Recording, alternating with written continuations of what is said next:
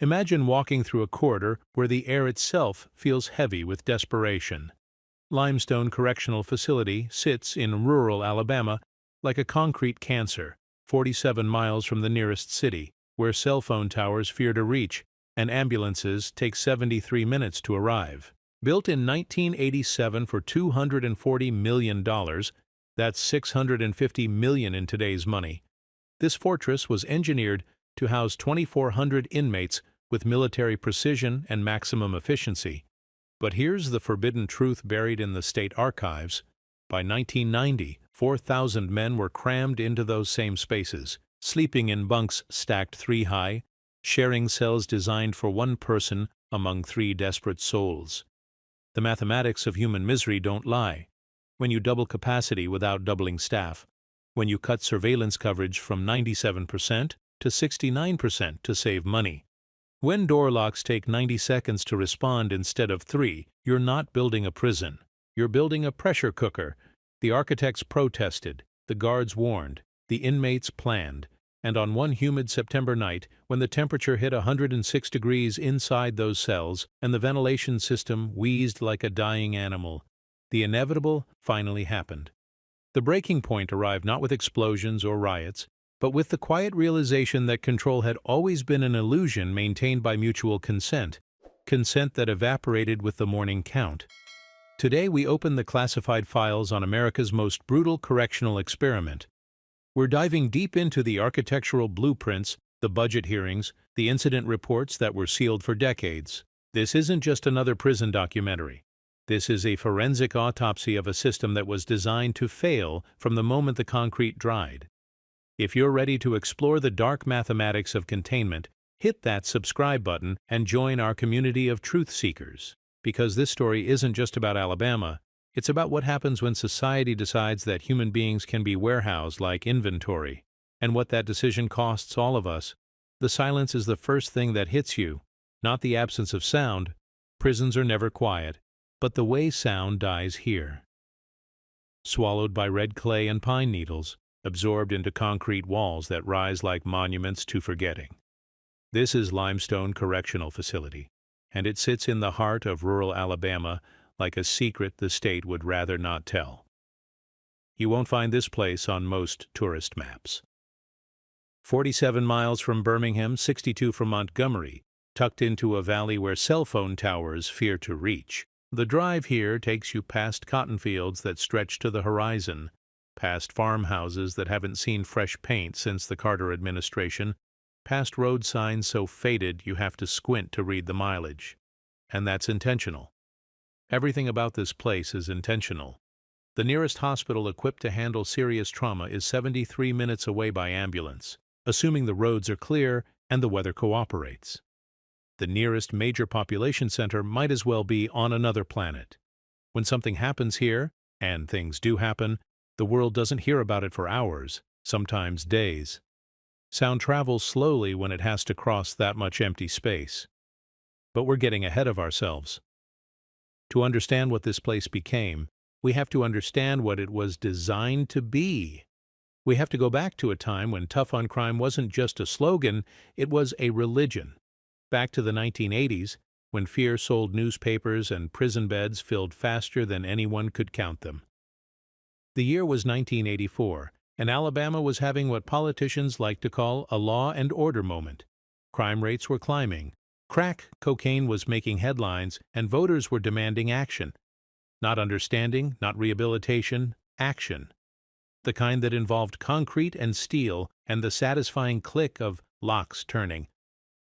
Governor George Wallace, in his final term, signed the Prison Construction Authorization Act on a humid Tuesday in July.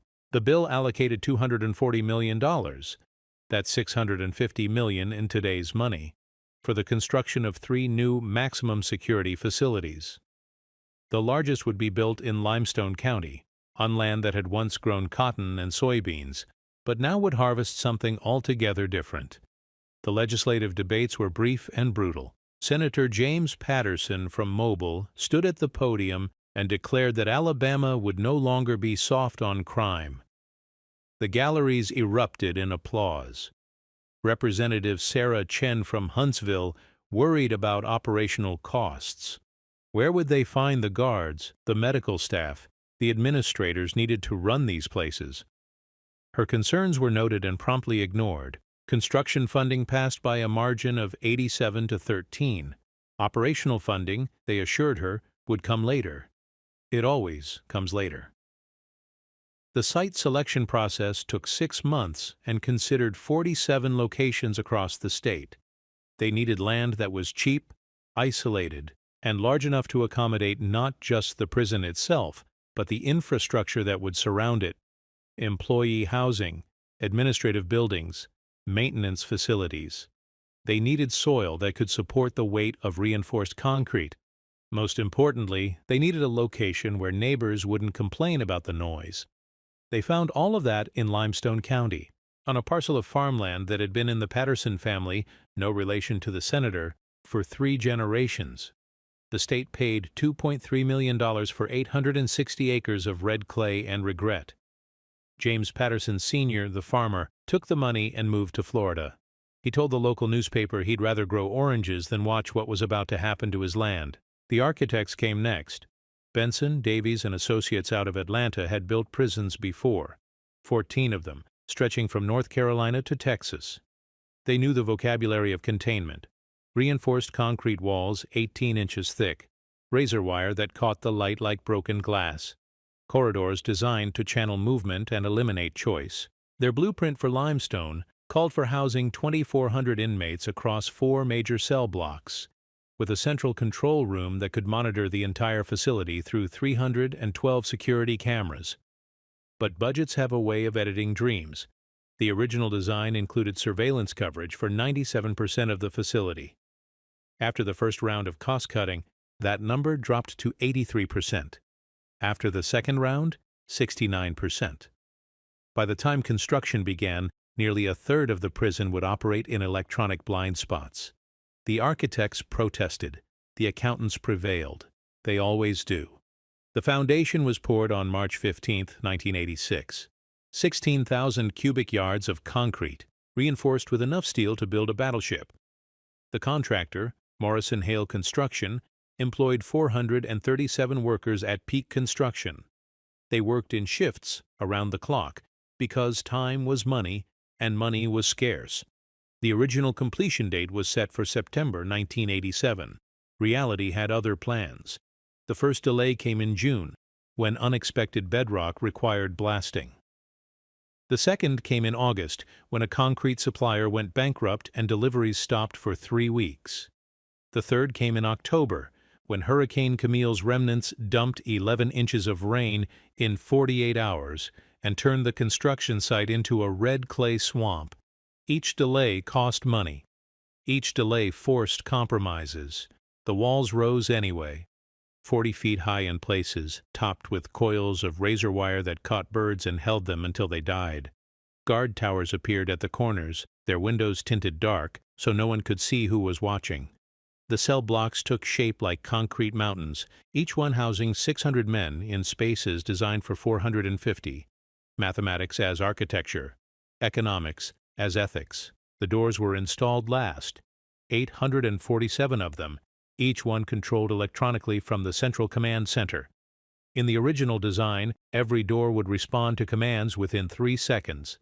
In the final implementation, response times varied wildly. Some doors opened immediately, others took 30 seconds. A few took nearly 2 minutes when the system was under stress.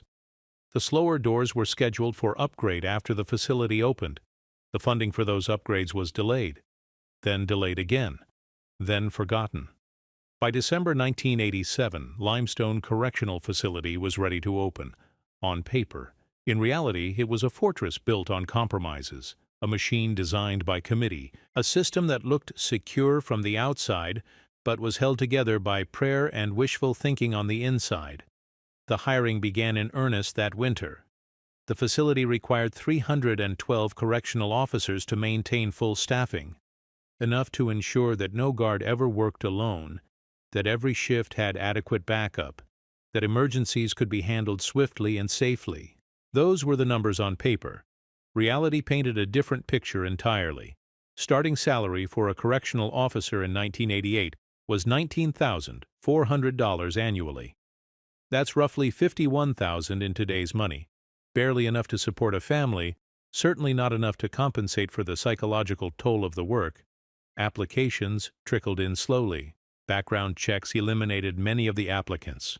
Training eliminated more. By opening day, Limestone had hired 187 officers, 60% of what they needed. The math was brutal and inescapable. With 187 officers working rotating shifts, accounting for sick days, vacation time, and the inevitable turnover that plagued every prison in the state, Limestone would routinely operate with a single officer responsible for 60, 70, sometimes more than 100 inmates. The training manual explicitly stated that officer-to-inmate ratios should never exceed 1:30. That ratio was violated on day 1 and every day thereafter. Mandatory overtime became the norm before the facility even opened. Officers were required to work double shifts, 16-hour days that left them exhausted, irritable, and prone to mistakes. The union protested. The administration explained that overtime was temporary, just until they could hire more staff. That was 1988. The overtime continued through 1989, 1990, 1991. Temporary became permanent. Exception became rule. The first inmates arrived on January 15, 1989. 43 men in shackles, transported in a bus with barred windows from Jefferson County Jail. They were processed through intake, photographed, fingerprinted, assigned numbers that would follow them like shadows. Inmate populations in Alabama were surging, driven by mandatory minimum sentencing laws and three-strikes legislation that turned minor offenders into long-term residents. The original capacity for Limestone was 2,400 inmates. By June 1989, the population had reached 3,000. By December, 3,400. By the summer of 1990, nearly 4,000 men were crammed into spaces designed for 2,400. Dormitory-style housing replaced individual cells. Men slept in bunks stacked 3 high, their possessions stored in boxes under their beds. Privacy became a luxury that existed only in memory. Overcrowding changed everything. Mealtimes stretched longer because the dining hall couldn't accommodate everyone at once. Recreation periods shortened because the yard couldn't safely hold 4,000 men. Movement within the facility slowed to a crawl because corridors designed for normal populations became choke points when filled beyond capacity. Simple logistics became complex problems. Complex problems became crises waiting to happen. The control room, the electronic brain of the facility, was designed to monitor 2,400 inmates through 312 cameras. With 4,000 inmates and significant blind spots created by budget cuts, officers relied increasingly on sound rather than sight. They listened for trouble, voices raised in anger, the metallic clang of makeshift weapons, the sudden absence of noise that often preceded violence. But concrete and steel played tricks with sound. Echoes traveled down corridors like ghosts. Whispers could carry farther than shouts. Silence could be deceptive. The first major incident happened 6 months after opening. A fight in cell block C escalated when backup took 8 minutes to arrive. Not because of distance, but because the officer responsible for that section was simultaneously monitoring 2 other blocks. By the time help arrived, 3 inmates required hospitalization. The incident report cited understaffing as a contributing factor. Additional staffing was promised. The promises gathered dust. Daily operations relied increasingly on improvisation rather than protocol. Officers developed informal arrangements with inmate leaders, men who could maintain order in exchange for small privileges, minor concessions that never appeared in any manual. Control became a matter of negotiation rather than authority. Power shifted in ways that were never acknowledged officially but understood by everyone who worked inside those walls. The mechanical systems began to show stress as well. Doors that were supposed to cycle smoothly began to stick, requiring maintenance that was perpetually behind schedule. The electronic locks that controlled movement throughout the facility developed quirks, some responding sluggishly, others failing to respond at all. Work orders accumulated faster than repairs could be completed. The infrastructure, designed for lighter use, groaned under the weight of overcrowding. Morning counts, the ritual that began each day, became exercises in creative accounting. Officers were required to physically verify the location of every inmate, but with one guard responsible for hundreds of men across multiple tiers, visual confirmation was often replaced by educated guesswork. Missing inmates were noted and searches conducted, but the delays built into the system meant that problems were often discovered hours after they began. The prison opened with fanfare, ribbon-cutting ceremonies, and speeches about public safety and justice served. Governor Hunt stood behind the podium and declared that Alabama was sending a message to criminals everywhere. Crime doesn't pay, and punishment is certain. The cameras captured his confident smile, the gleaming new facility, the flags snapping in the January wind. What they didn't capture was the knowledge, already spreading among those who worked inside, that the system was running on borrowed time and diminished resources. The silence returned as the officials departed, as the reporters packed up their cameras, as the attention of the world turned elsewhere. But inside those walls, the real experiment was just beginning. The experiment of housing 4,000 men in spaces designed for 2,400. The experiment of maintaining order with half the staff required for safety. The experiment of turning punishment into profit while treating humans like inventory. The foundations were strong. 16,000 cubic yards of reinforced concrete could support tremendous weight. But foundations, no matter how solid, can only bear so much pressure before something gives way. At Limestone Correctional Facility, that pressure was building every single day, accumulating like water behind a dam that was never designed to hold back such a flood. The concrete was setting. The guards were taking their posts.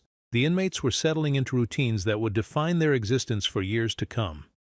But beneath the surface, in the blind spots that cameras couldn't see and administrators chose not to acknowledge, the real architecture of the place was taking shape.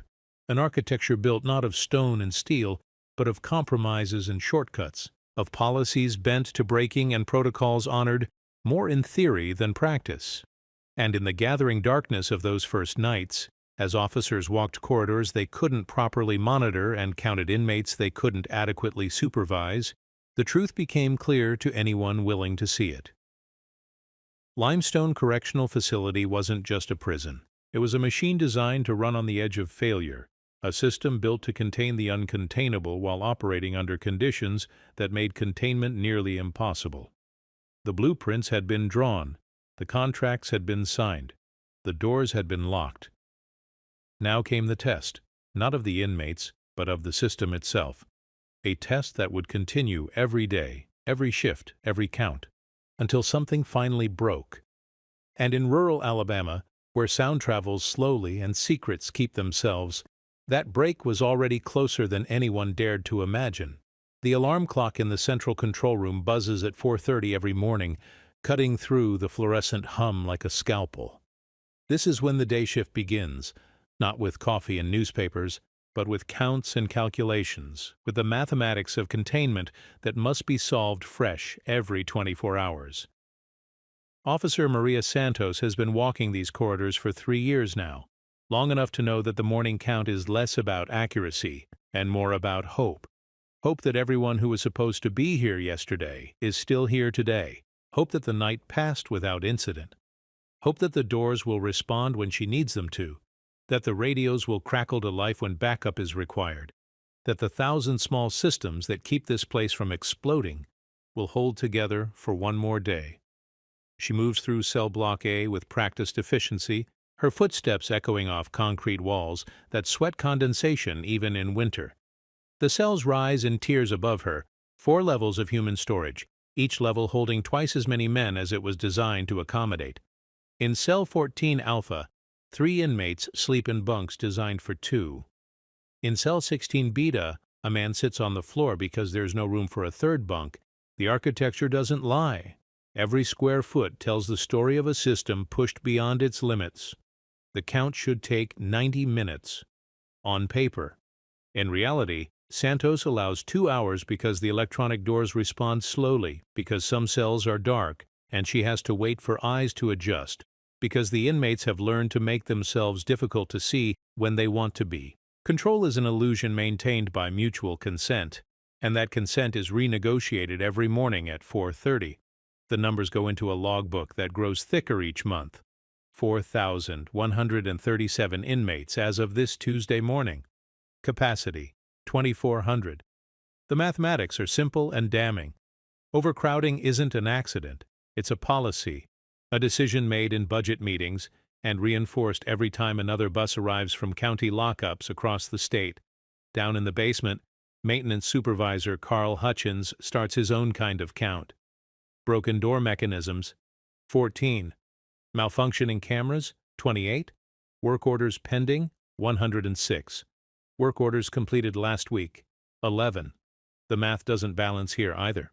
Equipment fails faster than it can be repaired, and replacement parts arrive on schedules determined by the lowest bidder. The door locks are the most critical failures. Each cell block contains 212 electronically controlled doors, and the system was designed to respond to commands within 3 seconds. But 3 years of constant use, budget-grade components, and deferred maintenance have created a patchwork of response times that range from instantaneous to nearly impossible. Door 37. Charlie takes 84 seconds to unlock. Door 12. Beta sometimes doesn't respond at all.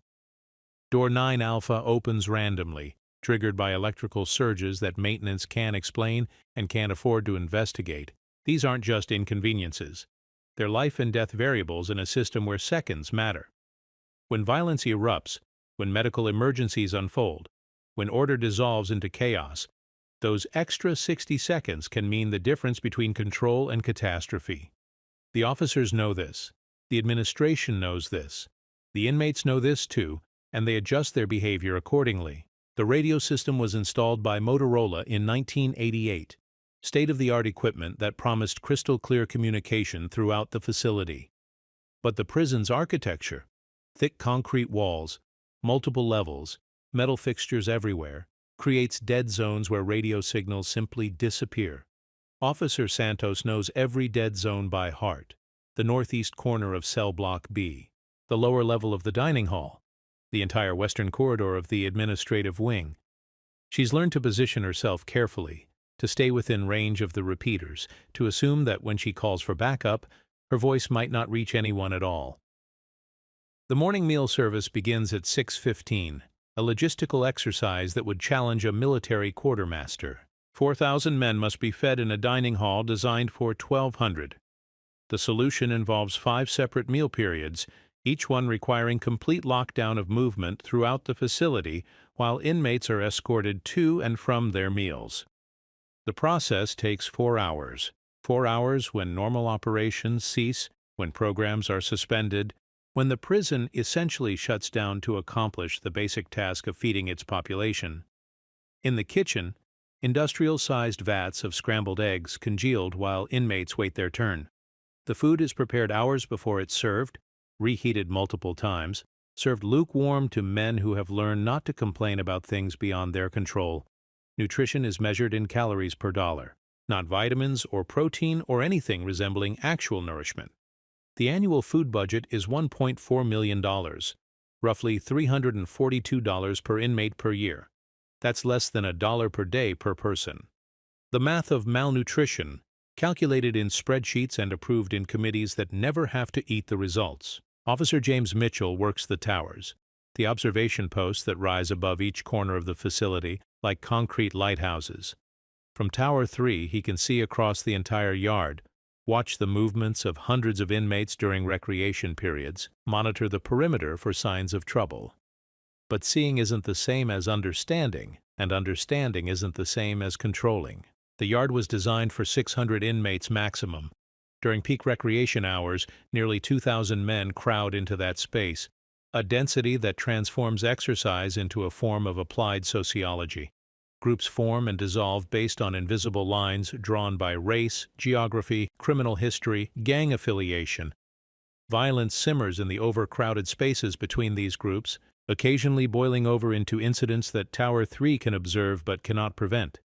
Mitchell carries binoculars, but binoculars don't help him hear conversations or detect the subtle signs that precede violence. He watches body language, the sudden stillness that spreads through a crowd before trouble starts, the way men position themselves when they expect to fight or flee. He's learned to read the yard like a weather map, identifying pressure systems and predicting storms. But prediction isn't prevention, and by the time trouble becomes visible from Tower 3, it's usually too late to stop it. The perimeter fence stands 20 feet high, topped with razor wire that catches more than just escape attempts.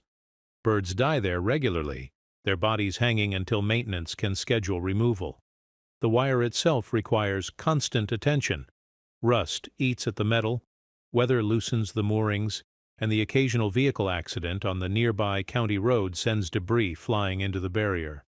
Each repair requires contractors, permits, environmental impact assessments. Each delay leaves gaps that aren't visible from a distance but create opportunities for those who know where to look.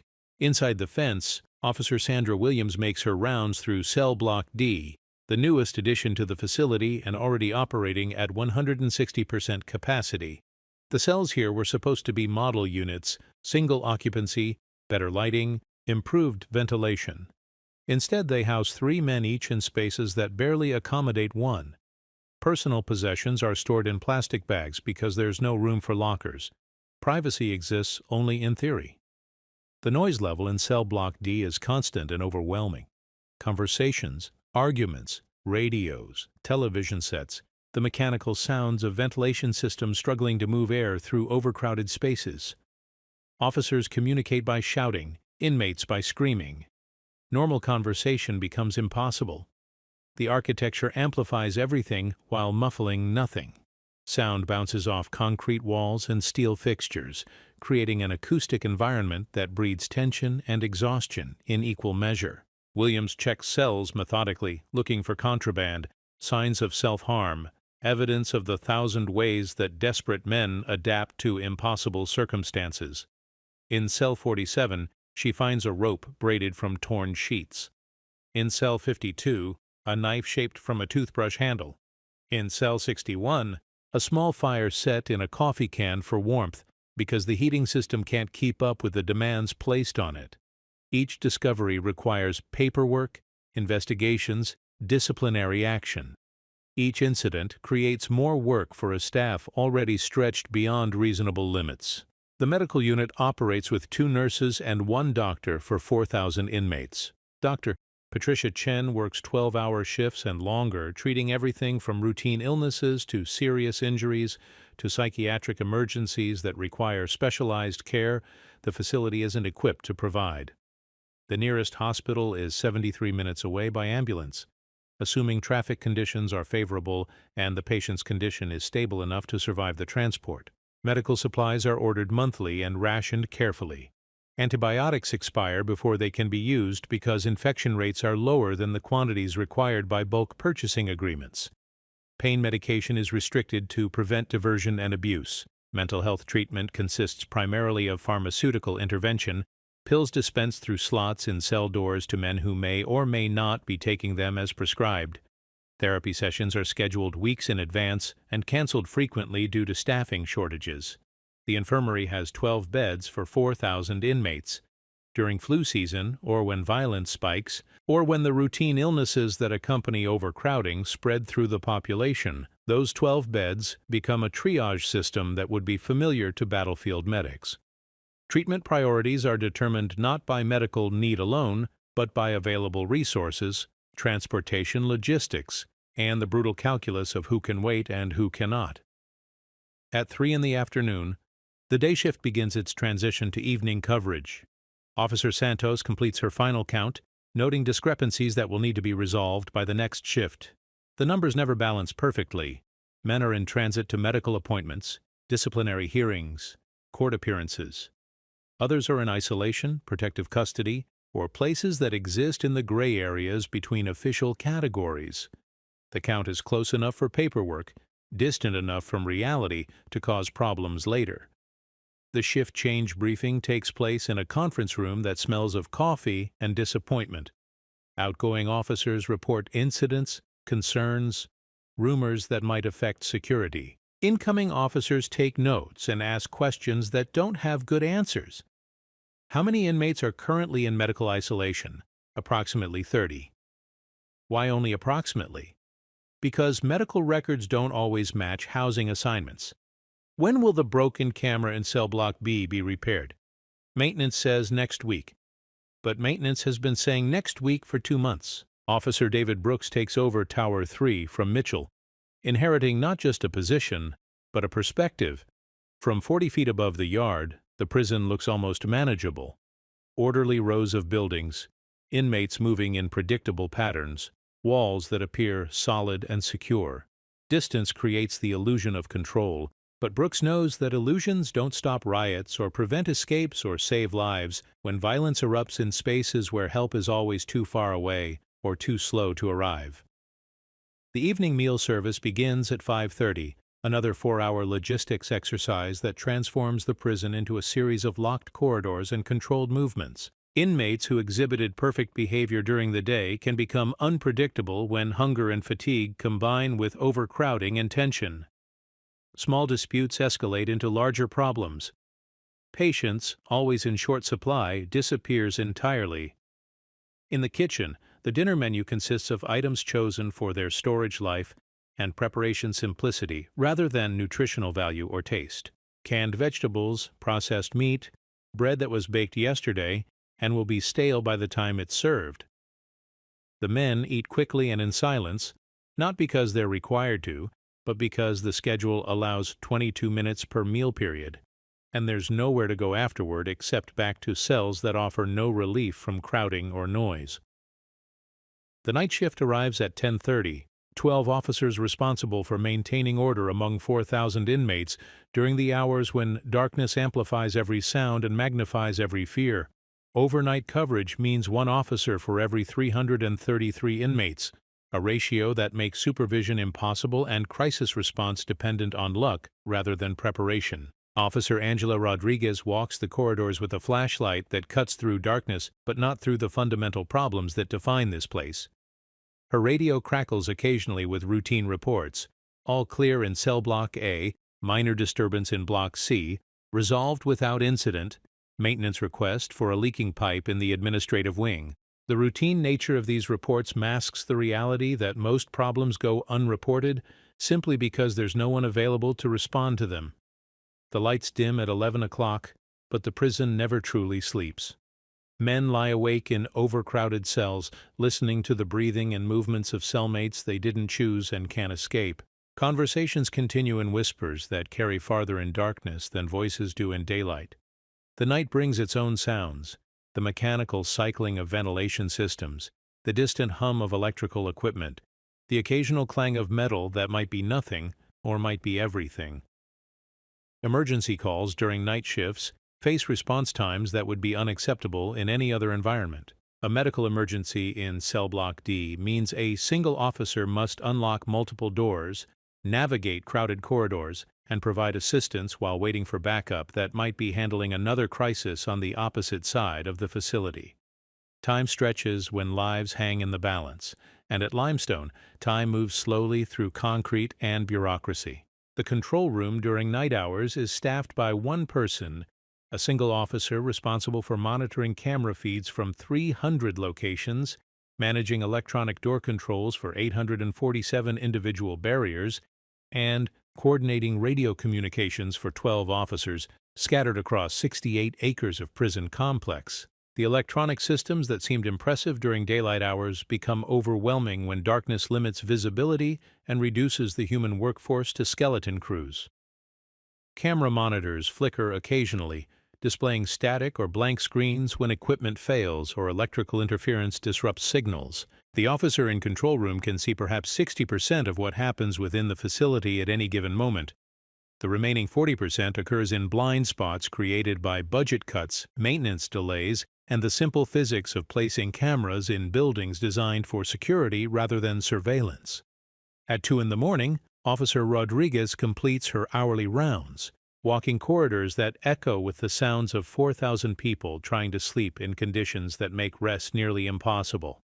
Her footsteps mix with snoring, coughing, muffled conversations, and the occasional cry of someone caught in a nightmare that might be memory or might be premonition.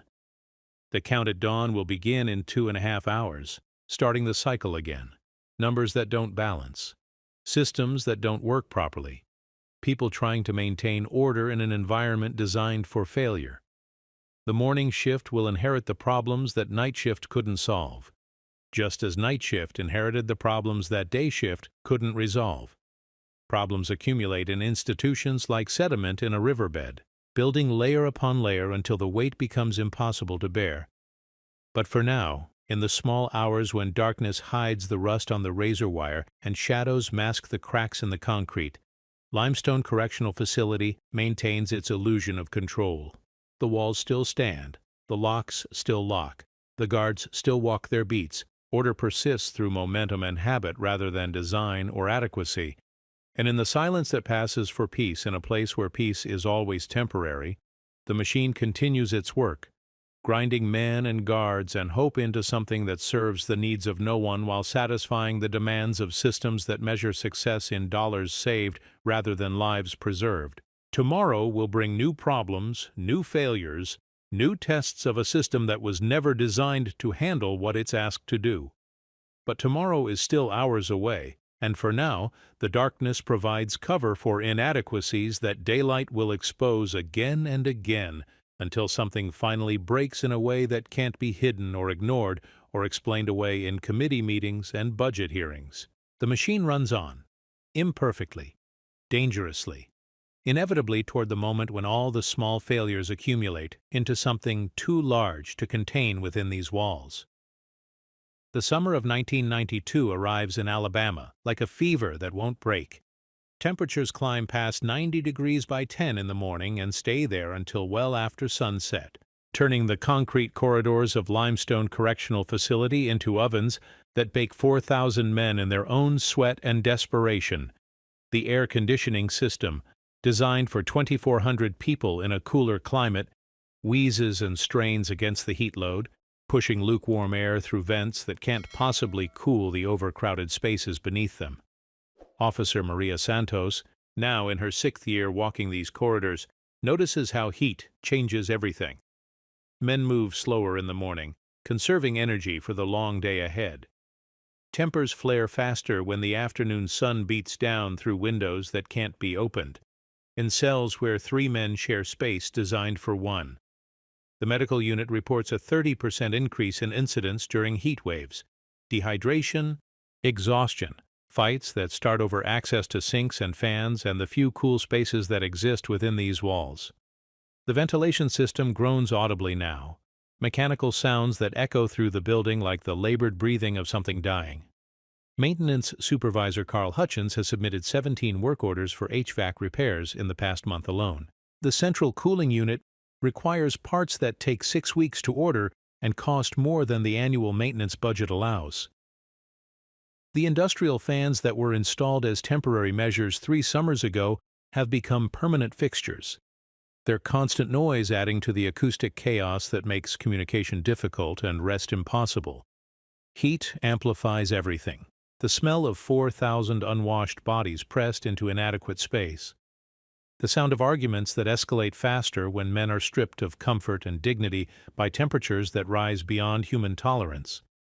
The taste of recycled air that carries particles of concrete dust, industrial cleaning chemicals, and the accumulated exhalations of men who have nowhere to go and nothing to do but breathe the same exhausted atmosphere over and over again.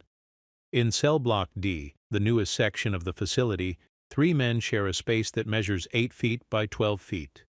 Marcus Williams has been here for 18 months, long enough to claim the lower bunk by unspoken right of seniority. Tony Chen sleeps in the middle bunk, his possessions stored in a plastic bag that hangs from a hook welded to the wall. David Rodriguez owns the top bunk and nothing else. No storage space, no privacy, no claim to any portion of the cell except the narrow mattress where he spends 16 hours a day when not at meals or in the yard. The mathematics of personal space become brutal in summer heat. Each man generates approximately 300 BTUs of body heat per hour. In a properly ventilated space, that heat dissipates harmlessly. In an overcrowded cell with inadequate air circulation, that heat accumulates until the temperature rises 10 degrees above the already unbearable ambient level. Sleep becomes impossible, patience evaporates, violence simmers just below the surface of every interaction. Williams, Chen, and Rodriguez have developed an unspoken protocol for sharing their cage. Williams controls the small television because he's been here longest and because he's built like someone who settles disputes with his fists. Chen manages the cell's contraband: cigarettes, candy, the occasional magazine smuggled in by guards who supplement their salaries with small crimes that everyone pretends not to notice. Rodriguez keeps quiet and stays out of the way, counting days until his release and praying that nothing happens to extend his sentence. But protocols break down in heat waves. Small irritations become major grievances when sweat sticks clothes to skin and makes every surface uncomfortable to touch. The television becomes a source of conflict. Williams wants news. Chen prefers music videos. Rodriguez just wants silence.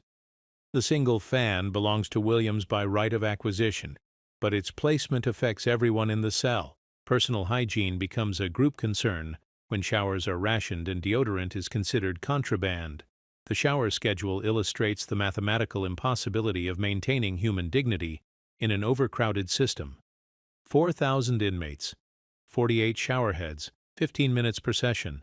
The arithmetic allows each inmate approximately one shower every 4 days, assuming perfect efficiency and no mechanical breakdowns. Reality provides less. Showerheads clog with mineral deposits from hard water. Pipes leak and require repair time that reduces available capacity. Hot water runs out after the first 100 men, leaving the rest to clean themselves with cold spray that provides hygiene without comfort. Personal cleanliness becomes a luxury that must be earned or negotiated or stolen. Men trade commissary items for extra shower time. Guards accept small bribes to allow longer sessions or access during off hours. The smell of unwashed bodies mingles with industrial disinfectant and the humid breath of ventilation systems that can't keep up with their assigned tasks. Dignity disappears one compromise at a time. In the yard, recreation periods become exercises in applied thermodynamics. Asphalt absorbs heat during the day and radiates it back like a furnace. Metal exercise equipment becomes untouchable after noon. Basketball courts that were designed for friendly competition turn into locations where territorial disputes are settled through physical confrontation because the heat makes everything feel like a challenge to survival. Officer David Brooks watches from Tower 3 as nearly 2,000 men crowd into a space designed for 600, seeking shade that doesn't exist and relief that can't be provided. The sightlines from his position give him a clear view of the entire yard, but clarity of vision doesn't translate to understanding or control. He watches groups form and dissolve based on invisible alliances and ancient grudges. He sees transactions that involve items he can't identify, conducted in sign language he doesn't understand, completed with handshakes that might be friendly or might be threats. The tower itself becomes a problem during summer months. Glass windows designed to provide protection from weather also trap heat like a greenhouse. The air conditioning unit installed for the tower operates at maximum capacity and still can't maintain comfortable temperatures. Brooks carries extra water bottles and changes shirts twice per shift, but still feels dizzy by mid-afternoon. Concentration becomes difficult when your brain is cooking in your skull. Reaction time slow when dehydration clouds judgment and fatigue impairs decision-making. Radio communications suffer in extreme heat as equipment overheats and signals degrade. The repeaters that boost radio signals throughout the facility shut down automatically when temperatures exceed design specifications. Dead zones that are manageable inconveniences during normal weather become dangerous isolation chambers when backup cannot be summoned or directed effectively. Officers learn to position themselves near functioning repeaters and pray that the equipment keeps working when emergencies arise. The first serious incident of the summer happens on July 14th, when temperatures reach 98 degrees by 11 in the morning, and the heat index climbs past 115. The trigger is absurdly small. An argument over a plastic cup of lukewarm water from a fountain that barely works. Marcus Williams from Cell Block D confronts James Patterson from Block C over cutting in line. Words escalate to shoving. Shoving escalates to punching. Punching escalates to the kind of violence that draws crowds and demands response. Officer Sandra Williams, no relation to the inmate, is responsible for monitoring both cell blocks during the lunch transition. She hears the commotion but can't see the source because her position provides line of sight to the corridor but not to the water fountain area where the fight is developing. Her radio call for backup receives no immediate response because the nearest available officer is dealing with a medical emergency in Block A, and the officer assigned to Block C is completing a cell inspection that can't be interrupted without compromising security protocols. The fight draws participants the way blood draws sharks. Men who have nothing to do with the original dispute take sides based on race, gang affiliation, perceived slights, or simple boredom transformed into aggression by heat and overcrowding. What begins as a 2-person argument becomes a 12-person brawl, then a 40-person riot that spreads through multiple corridors and threatens to overwhelm the response capacity of guards, who are already stretched beyond reasonable limits. The electronic door systems compound the crisis. Several key barriers require 90 seconds or more to respond to lockdown commands. Cell Block D contains 6 doors that must be secured to isolate the violence, but the doors cycle slowly and in sequence rather than simultaneously. By the time the first door locks, the violence has spread beyond the intended containment area. By the time the last door secures, the incident has evolved from a local disturbance to a facility-wide emergency. Officer Rodriguez in the control room watches camera feeds from multiple locations simultaneously, trying to track the spread of violence while coordinating radio communications for officers who are calling for help from positions throughout the facility. 3 cameras display static due to equipment failures. 4 more show angles that don't include the areas where violence is occurring. The remaining functional cameras provide partial views of events that are developing faster than human perception can process and faster than institutional response can contain. The timeline becomes critical in ways that expose every weakness in the system. First radio call at 11:47. First backup arrives at 11:53. Full response team assembled at 12:04. Violence contained at 12:18. Medical assistance requested at 12:21. Ambulance dispatched at 12:26. Transport to hospital at 1:15. The minutes accumulate like compound interest on a debt that grows larger with each delay. 6 inmates require hospital treatment. 17 more receive medical attention at the facility's infirmary. 23 officers work overtime to manage the extended lockdown required to restore order. The incident report runs 14 pages and includes recommendations for policy changes that will never be implemented and equipment upgrades that will never be funded. Cause of incident: heat-related stress exacerbated by overcrowding and inadequate staffing levels. Preventive measures: additional air conditioning, reduced population, increased staffing. Likelihood of implementation: minimal. The aftermath reveals systemic problems that extend far beyond the immediate violence. The lockdown required to restore order keeps inmates confined to their cells for 18 hours, during which time temperatures in Cell Block D reach 106 degrees. Men strip to underwear and pour precious drinking water over their heads to prevent heat stroke. Emergency medical calls increase by 40% during the extended lockdown period. The cure becomes worse than the disease it was designed to treat. Dr. Patricia Chen works through the night treating heat exhaustion, dehydration, and injuries sustained during the riot.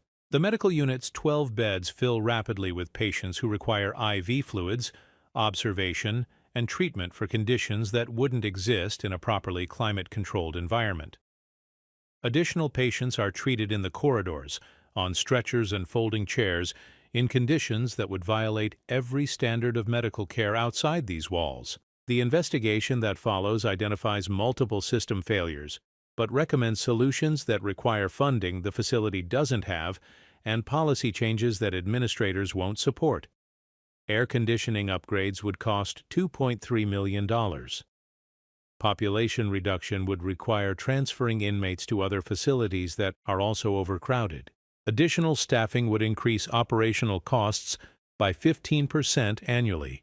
Each solution is technically feasible and practically impossible.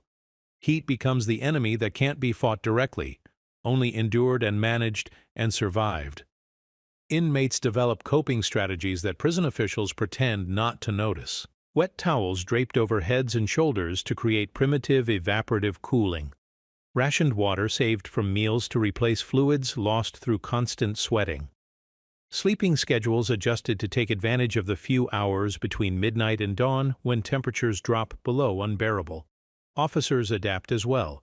Shorter patrols during peak heat hours, extra water breaks that technically violate scheduling protocols but prevent heat-related medical emergencies among staff. Informal cooperation with inmates who help maintain order when official authority becomes difficult to enforce through normal channels. The heat democratizes misery and forces temporary alliances between people who would otherwise be adversaries. The facility's infrastructure degrades faster in extreme temperatures. Concrete expands and contracts, creating cracks that allow moisture to penetrate and weaken structural elements. Electrical systems designed for moderate climates fail when transformers overheat and circuit breakers trip repeatedly. Plumbing systems struggle to provide adequate water pressure when demand spikes and supply lines are stressed by thermal expansion. Maintenance Supervisor Carl Hutchins submits reports that read like war dispatches from a losing battle. Cooling system failures increase by 60% during heat waves. Emergency repairs consume twice the normal budget allocation. Equipment replacement timelines become meaningless when parts fail faster than they can be installed. The building itself becomes an adversary that fights back against every attempt to make it habitable.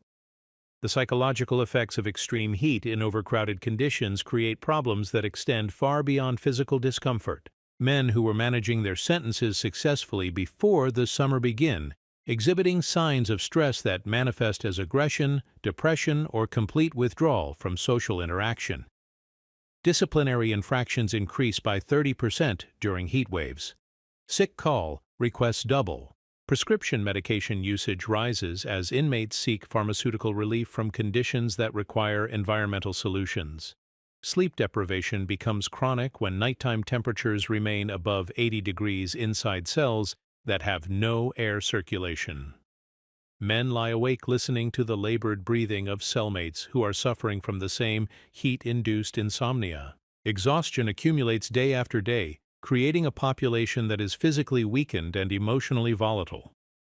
Small disputes that would normally be resolved through conversation escalate to violence because tired people make poor decisions and desperate people make desperate choices. The dining hall becomes a particular challenge during summer months when 4,000 men must be fed in shifts that expose them to additional heat from industrial kitchen equipment. Steam from cooking vats raises humidity levels to tropical intensities. The metal tables and benches become too hot to touch comfortably. Men eat as quickly as possible and retreat to whatever shade they can find, leaving the dining area looking like the aftermath of a disaster rather than the scene of an organized meal service. Food spoilage increases in the heat, despite industrial refrigeration systems that run constantly at maximum capacity. Kitchen staff work in temperatures that exceed 100 degrees, creating safety hazards and health violations that would shut down any commercial food service operation. Meals arrive lukewarm at best, dangerous at worst, providing minimal nutrition to men whose bodies are already stressed by environmental conditions that test the limits of human endurance. Water becomes currency in an economy of desperation. Inmates trade cigarettes, candy, personal services for access to extra drinking water or extended shower privileges. Guards supplement their income by providing ice, cold drinks, or simply by looking the other way when inmates violate regulations designed to maintain order but not comfort. Corruption flourishes in heat that makes everyone complicit in the small crimes necessary for survival. The crisis deepens week after week as summer stretches toward autumn and relief seems impossible. Equipment failures cascade through systems that were never designed to operate under such extreme conditions for extended periods. Personnel turnover accelerates as guards quit rather than work in an environment that combines physical danger with environmental stress that affects judgment and health. The institution begins to consume itself, metabolizing its own capacity for order in a desperate attempt to maintain basic functionality. And in the control room, where all the camera feeds converge and all the radio calls originate, Officer Angela Rodriguez tracks the deterioration through incident reports that tell the same story in different words every day. Heat plus overcrowding equals violence. Understaffing plus equipment failure equals crisis. Time plus pressure equals catastrophe, waiting for the right moment to announce itself. The concrete walls that were supposed to contain danger now trap heat that transforms the prison into something closer to a furnace than a correctional facility. The razor wire that was designed to prevent escape now seems designed to prevent relief. The architecture itself has become the enemy, and there is no escape from architecture. Summer will end eventually, but the damage accumulates in ways that winter cannot repair. Trust erodes when survival depends on breaking rules. Authority weakens when guards cannot enforce policies that conflict with basic human needs. Order dissolves when the institution itself becomes the source of chaos. The machine continues to run, but it runs hot now, metal grinding against metal without sufficient lubrication, generating friction that will eventually cause something critical to fail. And when that failure comes, it will happen fast and without warning, because that's how machines break when they've been pushed beyond their design limits for too long. The heat builds, the pressure rises, the breaking point approaches. The call comes at 2:37 on a Tuesday morning in September, cutting through the humid darkness like a blade. Officer Angela Rodriguez, alone in the central control room, hears the tension in the voice before she understands the words. Control, this is Block C. We have a situation developing in the East Corridor. Request immediate backup. The words sound routine. Prison officers make similar calls dozens of times each shift. Minor disturbances, medical issues, routine security concerns that get resolved with a show of authority and proper procedure. But there's something different in the voice tonight, something that makes Rodriguez reach for the emergency protocols manual while her other hand moves to the facility-wide communication system. Cell Block C houses 843 inmates in space, designed for 450. The East Corridor contains 74 cells, each occupied by 3 men who should have been released years ago, if not for mandatory sentencing laws that turned drug possession into decade-long commitments. The ventilation system in that section has been malfunctioning for 6 weeks, creating an atmosphere that combines inadequate air circulation with temperatures that haven't dropped below 85 degrees since July. Officer James Patterson makes his way toward Cell Block C with the measured pace of someone who has walked these corridors for 7 years and learned that panic accomplishes nothing useful. Behind him, Officer David Chen follows at the standard 20-foot interval that protocol requires for backup response. Both men carry radios that crackle with static because the repeater in that section of the facility shut down automatically when temperatures exceeded operational limits 3 days ago. The trouble started, like most prison violence, with something trivial that became significant only in the context of 4,000 desperate men pressed into impossible spaces. Inmate Marcus Williams had been sleeping in cell 47 when a leak in the ceiling began dripping water onto his bunk. Prison plumbing, installed during original construction and maintained sporadically since, develops problems that maintenance addresses on schedules determined by budget constraints rather than urgency. Williams moved his mattress to the floor, displacing personal belongings that belonged to his cellmate, Tony Rodriguez. In a space measuring 8 feet by 12 feet, occupied by 3 men with nowhere else to store their possessions, the displacement created a territorial dispute that escalated through whispered arguments into threats that carried implications beyond simple inconvenience. By midnight, the conflict had drawn in James Morrison from the adjacent cell, then David Patterson from across the corridor, then others whose involvement was based on racial loyalties, gang affiliations, perceived debts, or simple boredom transformed into aggression by months of heat and overcrowding, and administrative indifference to conditions that test the boundaries of human endurance. The first sign of trouble that reached Officer Patterson's attention was the sound, not shouting or violence, but the opposite. A sudden silence in a section of the prison that usually hummed with the constant noise of 800 men living in quarters designed for half that number. Experienced guards learn to read silence like meteorologists read atmospheric pressure. Sometimes silence means sleep. Sometimes it means planning. Patterson's radio call to the control room activated emergency protocols that had been tested on paper but never implemented under actual crisis conditions. Officer Rodriguez initiated lockdown procedures for the affected cell block, but the electronic door controls responded with the sluggish timing that had become standard operating procedure.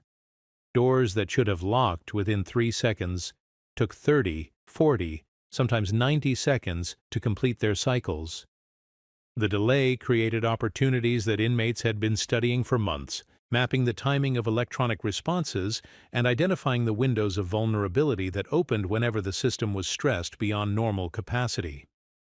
What began as a dispute over sleeping arrangements became an organized challenge to authority that spread through cell block C like fire through drought-stricken timber.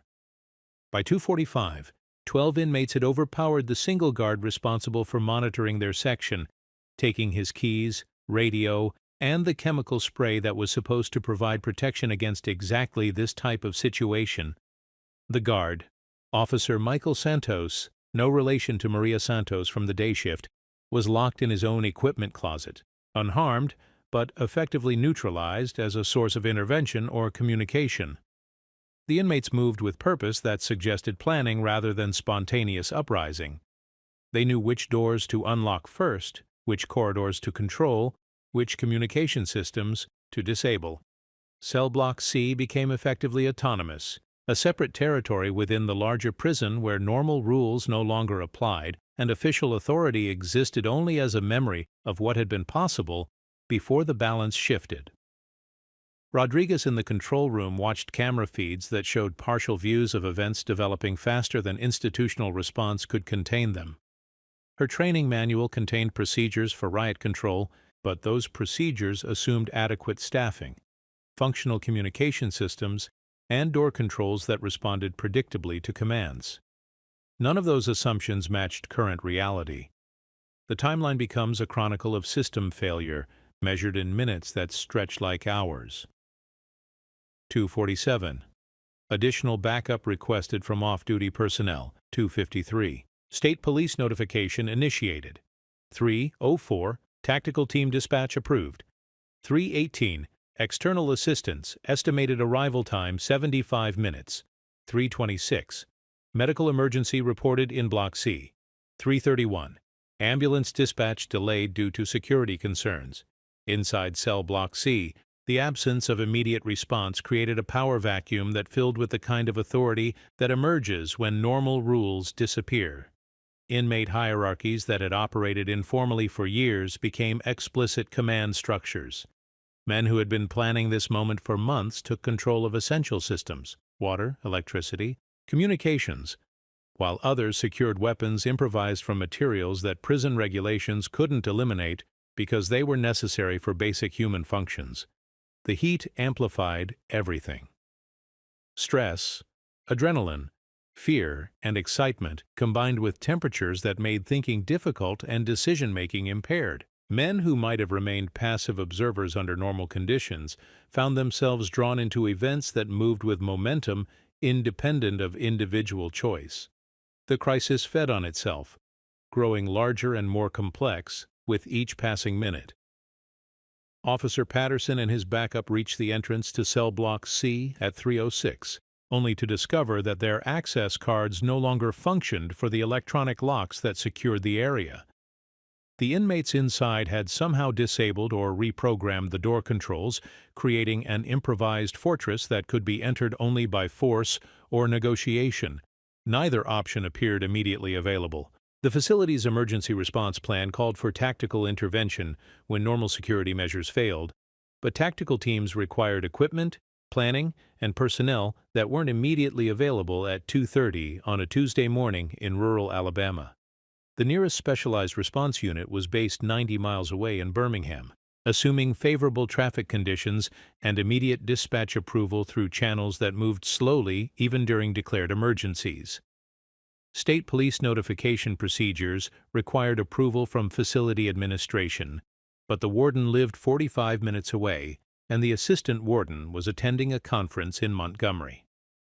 Acting authority fell to the senior guard supervisor, who had been working double shifts for 3 consecutive days and was struggling to make decisions that required clarity of thought he no longer possessed. Communication with the outside world moved through systems designed for routine reporting rather than crisis management. Phone trees that worked adequately for staff scheduling became inadequate for emergency coordination. Radio networks that functioned properly during normal operations developed interference patterns when multiple agencies attempted to use overlapping frequencies during high-stress situations. Inside Cell Block C, the inmates established their own communication system using hand signals, coded conversations, and messages passed through networks they had developed during years of living under surveillance. Their coordination proved more effective than the official response, partly because they had been planning longer and partly because desperation provides motivation that bureaucracy cannot match. Dr. Patricia Chen received the medical emergency call at 3:26, but her route to the affected area was blocked by the same security protocols that prevented other staff from reaching the crisis zone. Medical supplies remained locked in storage areas that couldn't be accessed without escort from correctional officers who were dealing with the immediate security threat. Emergency medical response became impossible when emergency security response prevented medical personnel from reaching patients who needed immediate treatment.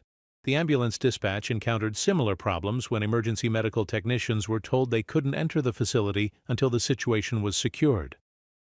Securing the situation required resolving the crisis, but resolving the crisis might generate casualties who would need immediate medical attention that couldn't be provided, while the situation remained unsecured.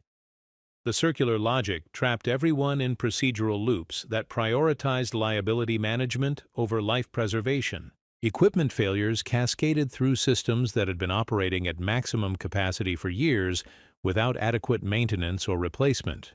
The communication repeater that had shut down due to overheating couldn't be restarted because the cooling system that was supposed to protect it had failed 2 months earlier, and replacement parts were still on order through a purchasing process that required multiple approvals and competitive bidding procedures. Camera systems that might have provided crucial intelligence about conditions inside Cell Block C displayed static or blank screens when overloaded electrical circuits caused power fluctuations that damaged sensitive electronic components. Surveillance equipment designed for normal operations couldn't handle the electrical demands created when every light, every fan, every door control, and every communication system operated simultaneously at maximum capacity. The facility's backup power system, tested monthly according to regulations but never stressed under actual emergency conditions, began cycling on and off as generators struggled to maintain voltage stability under fluctuating demand loads. Emergency lighting flickered throughout the facility, creating an atmosphere of uncertainty that affected everyone's ability to function effectively during a situation that required maximum performance under minimum visibility. Temperature continued to rise as the crisis stretched into its second hour. Stress, adrenaline, and physical exertion increased metabolic heat production, while the building's ventilation systems, already operating beyond capacity, struggled to remove the additional thermal load. Air quality degraded as carbon dioxide levels rose and oxygen content decreased in enclosed spaces occupied by larger numbers of people than the environmental systems could support.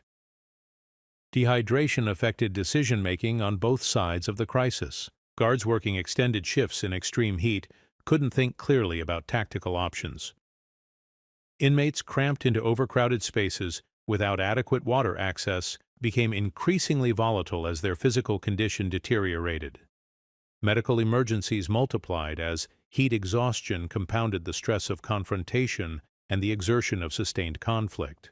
The first serious injury occurred at 4:12 when an inmate attempting to barricade a doorway was crushed by a steel door that closed unexpectedly due to electrical malfunction. The injury required immediate medical attention, but medical personnel couldn't reach the patient and the patient couldn't be moved to medical personnel because the same security protocols that were supposed to protect everyone were now preventing anyone from helping anyone else. Radio communications became increasingly chaotic as multiple agencies attempted to coordinate response through systems that weren't designed for multi-jurisdictional operations. State police used frequencies that interfered with prison communications. Emergency medical services operated on channels that corrections personnel couldn't access. Fire department responders, called automatically when smoke detectors triggered due to dust and heat, arrived at a facility that couldn't allow them entry because of security concerns unrelated to fire hazards.